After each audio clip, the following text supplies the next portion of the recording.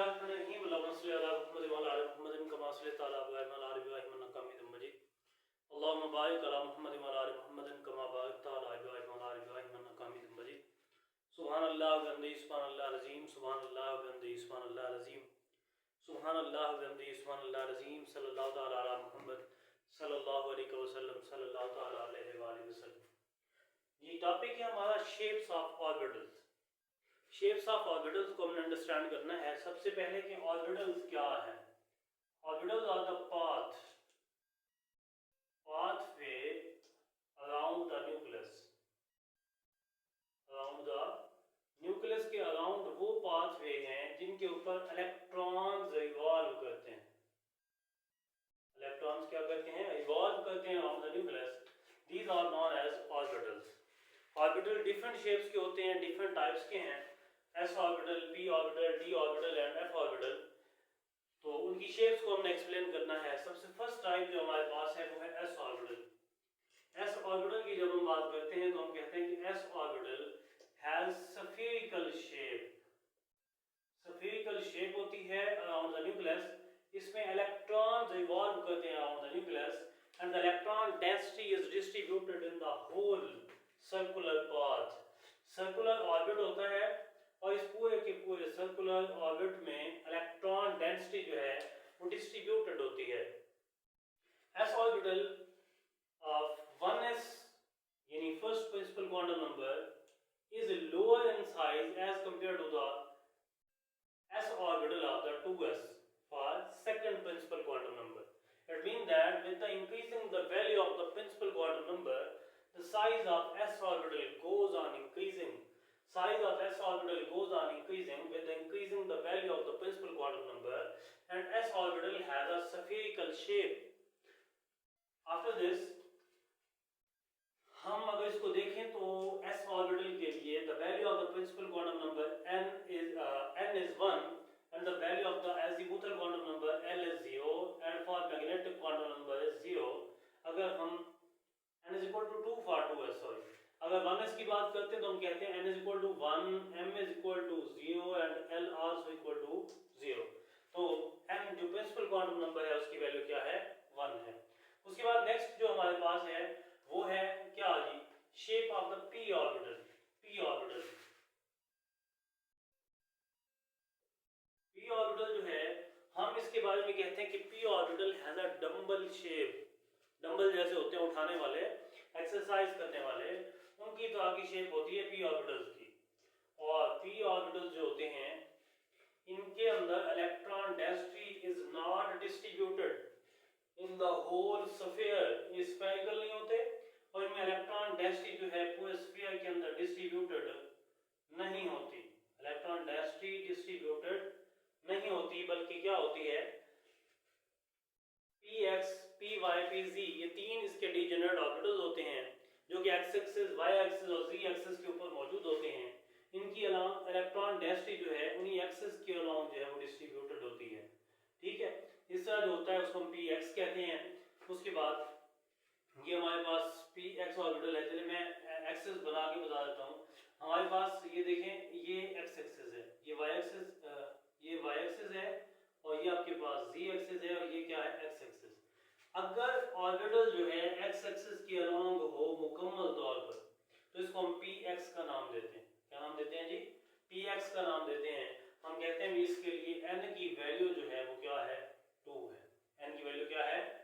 2 है। इस तरह अगर हम py की बात करते हैं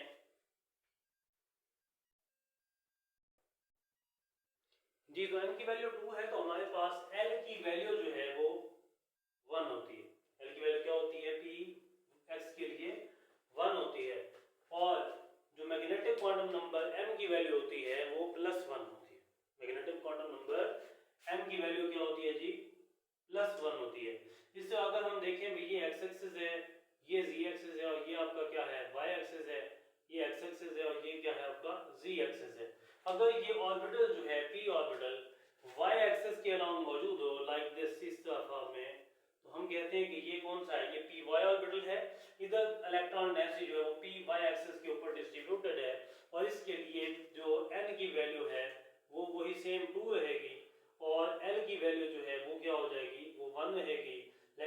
की वैल्यू जो है वो क्या हो जाएगी, -1 हो जाएगी। क्या हो जाएगी, -1 हो जाएगी। उसके बाद अगर हम बात करें किसकी, pz ऑर्बिटल की,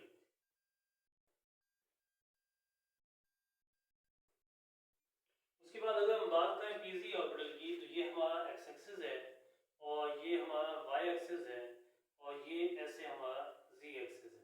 अगर हम pz ऑर्बिटल की बात करते हैं तो हम कहते हैं ये ऑर्बिटल जो है ना जी, ये डिस्ट्रीब्यूटेड है ऑन द z एक्सिस के ऊपर जो है डिस्ट्रीब्यूटेड है लाइक दिस। अब इसके लिए n की वैल्यू वही 2 होगी और l की वैल्यू क्या होगी, 1 होगी, m की वैल्यू जो है वो क्या होगी, 0 होगी। तो ये हमारे पास 3 पॉसिबल वैल्यूज होती हैं फॉर p ऑर्बिटल। ये pz है हमारे पास, ये px है और ये क्या है, py है। नेक्स्ट हमारे पास जो ऑर्बिटल है वो है d ऑर्बिटल। d ऑर्बिटल की शेप को हमने एक्सप्लेन करना है।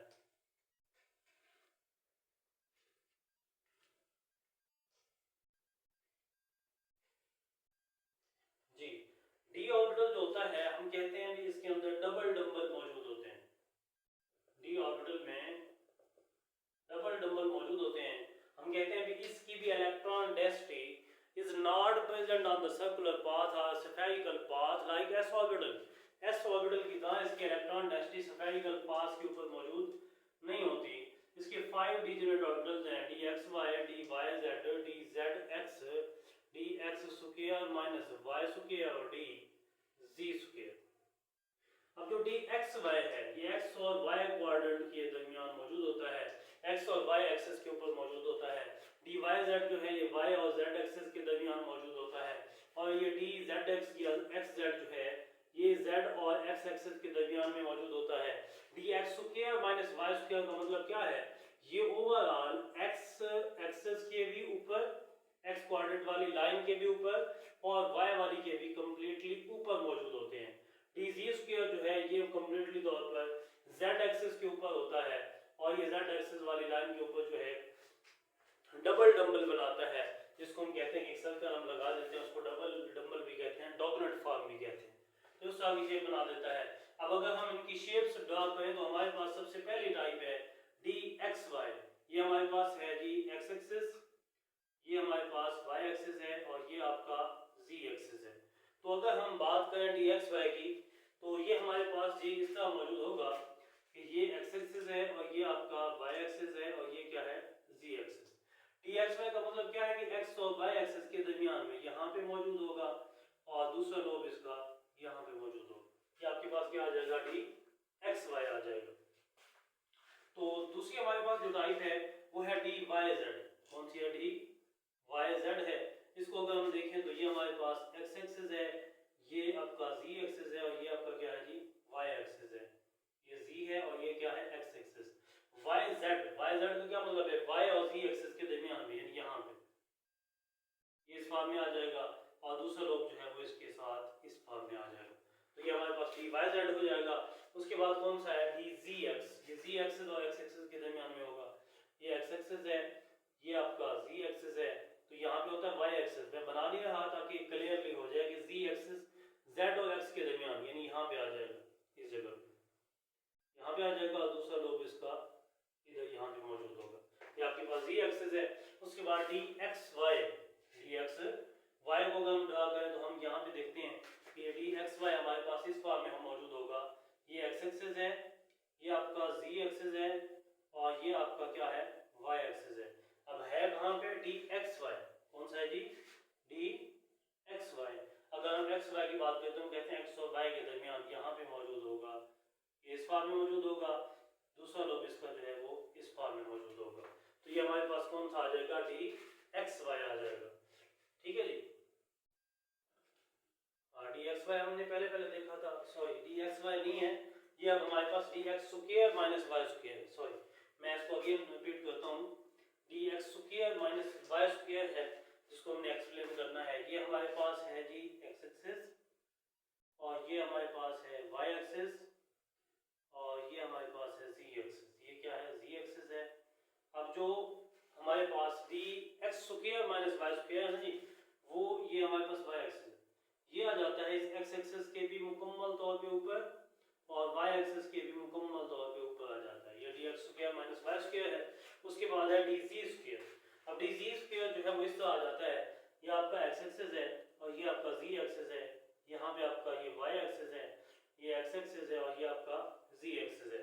तो ये जो जी एक्सिस है ना जी कम्प्लीटली तौर पर इसके ऊपर आ जाता है डी जी स्क्वायर इस फॉर्म में, इस फॉर्म में आ जाता है।